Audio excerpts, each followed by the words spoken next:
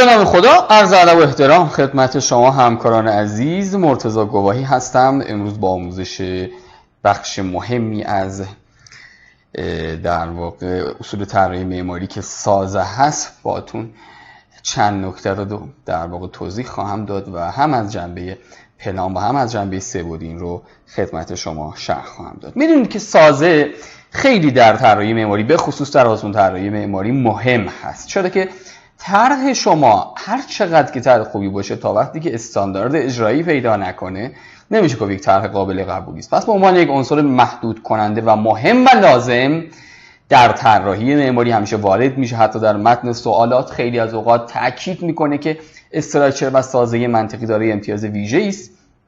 پس این بخش در استاندارد و اجرایی کردن طرح شما فوق‌العاده مهمه. اما خیلی از شما سوال داشتین که اصلا تیرریزی تیر چیه یا استفاده ستونک ها چیه. دو پلان رو در اینجا داریم، پلان زیرزمین یک طرح و پلان همکف.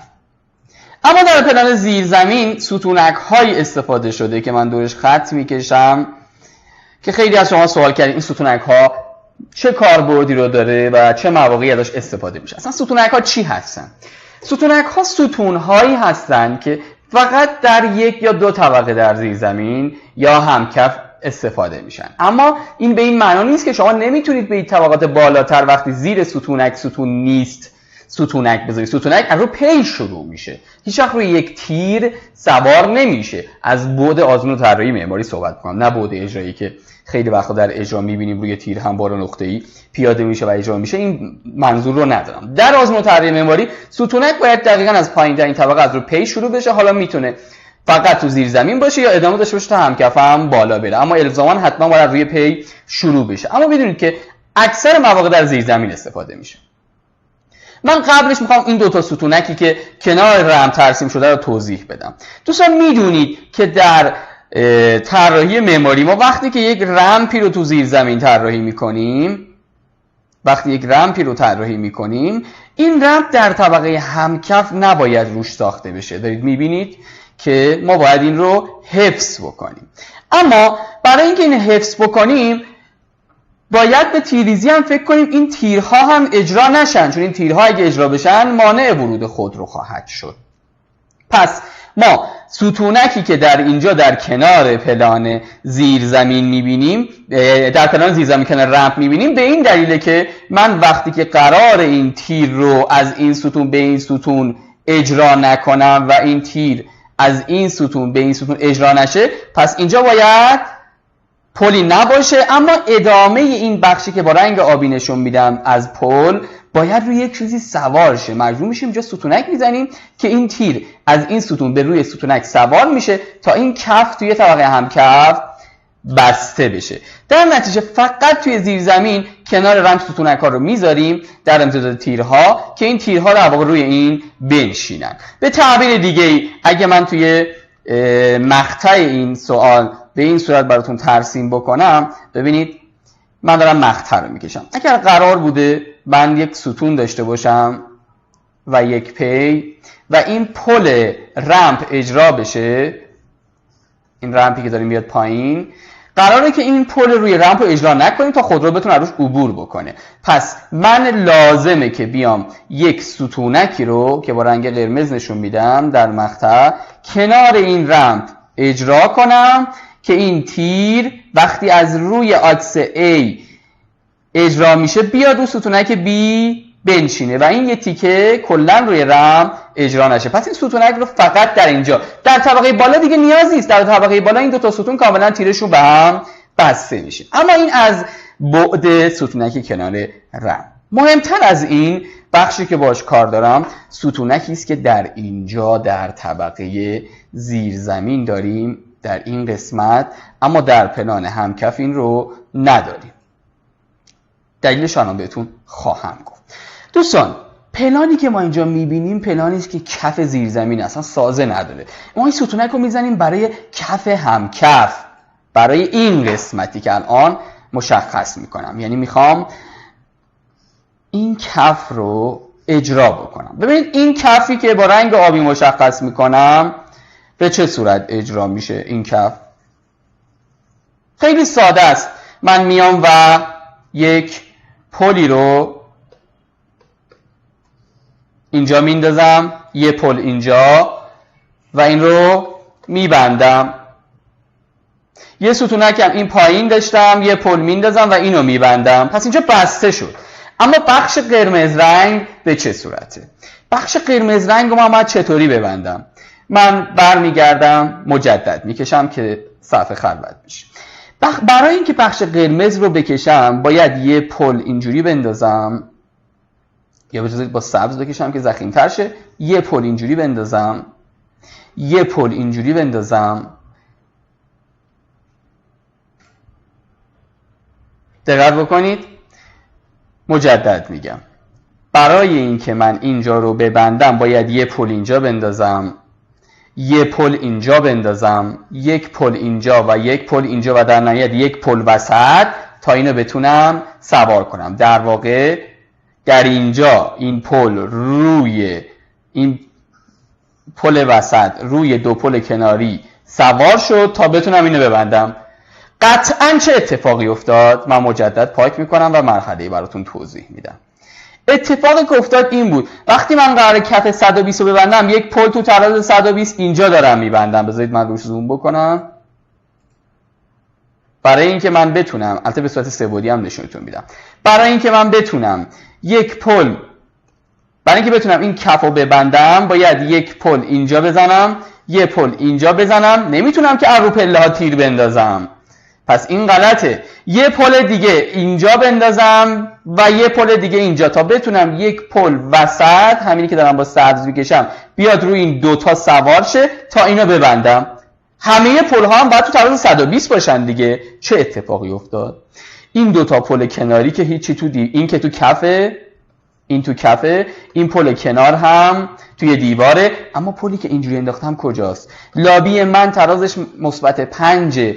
وقتی هم -5 وارد میشم یه درب دارم اینجا، یه پل تو تراز 120 جلوی دربه، یعنی تو -5 وایسادی تو 120 سانتی یک پله و این باعث مانع حرکتی یا سرگیری میشه. پس میام چیکار میکنم؟ من تمام تلاشم برای اینکه این پلو که انداختم، ببینید این پل رو که انداختم، تلاشم این بود که یه پل اینجا داشته باشم تا اینو ببندم. اما چون پایه‌ای برای این پل نداشتم مجبور شدم یه پل پایینش بندازم. اما این پل کجا سوار میشد؟ روی ستون و اینجا سرگیری ایجاد میکرد. خب پس من میام چی کار میکنم؟ میگم برای اینکه اینجا داره سرگیری ایجاد میکنه میام این کار میکنم. به جای اینکه اولین پل سبزی که میندازم تو کفه، یه پل دیگه اینجا نیاز دارم، به جای اینکه اینو ببرم اینجا تا یه پل داشته باشم و سرگیری یا جلوی دربو بگیرم که این روش سوار شه، میام این کارو میکنم. در زیر زمین اینجا که دارم با رنگ بنفش نشون میدم، اینجا یک ستونک میذارم. این پل از این طرف سوار میشه روی این پل که تو دیواره، از اون طرف روی ستونک سوار میشه و در نهایت اینجا بسته میشه. پس به این دلیله که در این نقطه ما میایم ستونک میذاریم، در این نقطه که در واقع توی همکف یه پل اینجا تو تراز 120 میفته، یک پل از یه طرف روی این ستونک سوار میشه که اینجا گذاشتیم، از یه طرف روی این پل توی دیوار و اینجا تو همکف اینجا تو پلان زیرزمین نشون دادم که اینو بهتر درک کنی. تو همکف این کاملا بسته میشه و دلیل ستونک گوشه توی این پلان اینه و اصلا کاربرد ستونک به این صورته. حالا من این رو به صورت سه‌بعدی الان نشونتون میدم.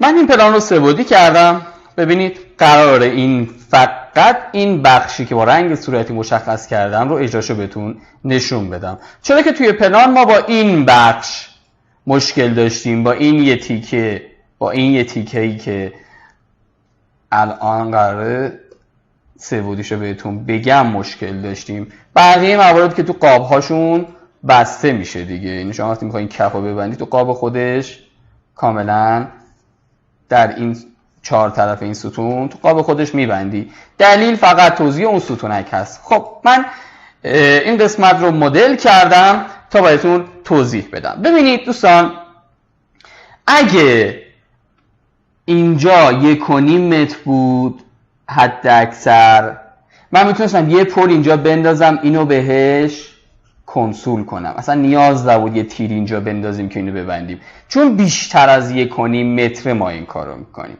من میام در بخش سه‌بعدی رو بهتون نشون میدم. ببینید من قراره که این یه تیکه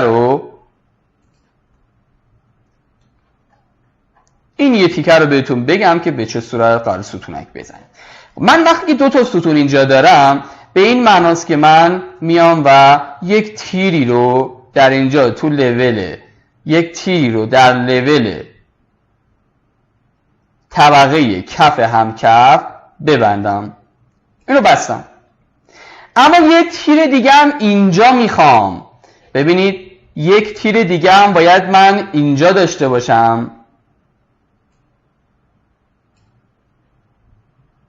که اجازه بدین من این رو میخوام که با هم پیش بریم تا فرایند تیرریزی رو بدونیم. یه تیر دیگه اینجا دارم که من بتونم این تو کف دیگه، تو لول کف همکفه، تو لول کف همکف داره بسته میشه.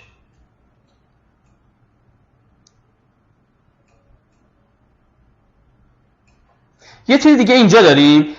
من میخوام یه تیکه رو ببندم. ببین من فقط میخوام یه تیکه رو ببندم. پس یه تیر دیگه هم نیاز دارم اینجا. حالا من اینجا میام به قسمت رو کوچیک‌تر میکشم که شما درک بکنید که این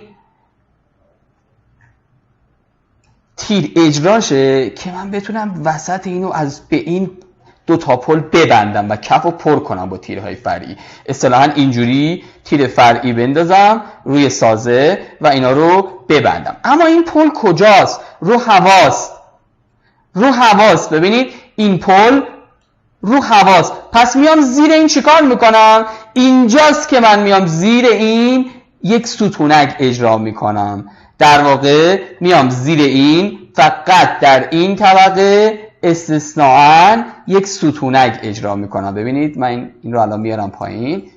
این ستونک میاد تا کف زیر زمین.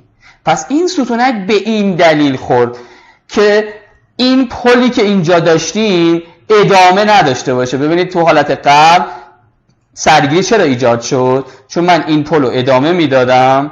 ببینید من این پل رو ادامه میدادم، باز رو هوا بود، مجبور میشدم یه پل دیگه اینجا اجرا میکردم. ببینید مجبور میشدم یه پل دیگه اینجا اجرا میکردم.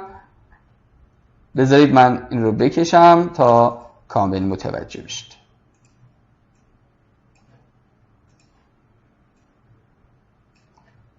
بله به این صورت یه پل دیگه اجرا میکردم، به این تیر میرسید و همچنین از این طرف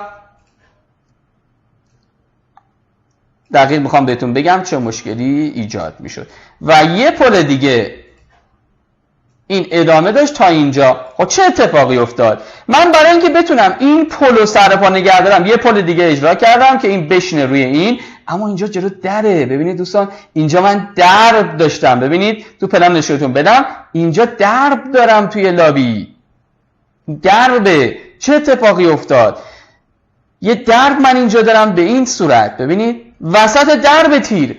پس میام این کاملا این پل رو حذف میکنم، جاش یه ستونک میزنم که این پل روی این ستون میشینه و دیگه این تیرها اجرا نمیشه. پس دلیل این که بهتون گفتم ستونک اینجا اجرا میشه فقط برای این بود که این پل ادامه نداشته باشه که اینجا توی وسط درب ما یک پل داشته باشیم و در پلان زیرزمین ما اومدیم توی این گوشه یک ستونک گذاشتیم. موفق باشید.